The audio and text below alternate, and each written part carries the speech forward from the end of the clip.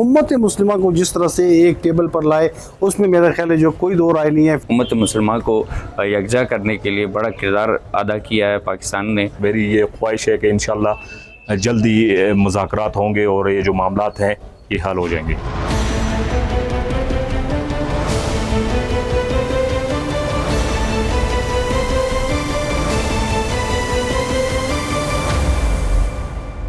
उम्मत मुस्लिमा को करीब लाने में पाकिस्तान का क्या किरदार रहा है?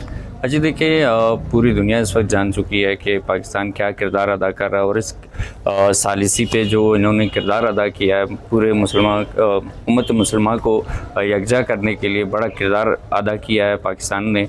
और ख़ास तौर पे शहबाज शरीफ साहब ने जो है ना वो बड़ा किरदार अदा किया है और हम खराज तहसीन पेश करते हैं आसिम मुनीर साहब को कि उन्होंने सालिसी किरदार अदा किया और अपने उम्मत मुसलमान को यकजा किया। देखिए, पहले भी इसी तरह उम्मत मुसलमान को यकजा किया गया था। बहुत अच्छा अहम किरदार पाकिस्तान ने अदा किया और अब सुनने में ये आ रहा है कि मज़ीद भी कोई एक अगला राउंड होने जा रहा है मुज़ाकरात के हवाले से। और उम्मत मुस्लिमा को जिस तरह से एक टेबल पर लाए उसमें मेरा ख्याल है जो कोई दो राय नहीं है। ख़ुसूसन जो अरब ममालिक के साथ मिस्र हैं, उर्दन है, उनके जो मामला अपनी तरफ, लेकिन पाकिस्तान ने उम्मत मुस्लिमा को जो एक पेज पर लाने के लिए किरदार अदा किया, मेरा ख्याल वो रहती दुनिया तक सुनहरी हरूफ में लिखा जाएगा। ये खुशाइंद बात है और मैं बिलखसूस वज़ीर आज़म पाकिस्तान और इसके अलावा field marshal general Asim Munir साहब को भी जो है इस हवाले से जो है खराज तहसीन पेश करता हूँ और खुशाइंद करार देता हूँ। और मैं उम्मीद करता हूँ इस टाइम पे जो हालात चल रहे हैं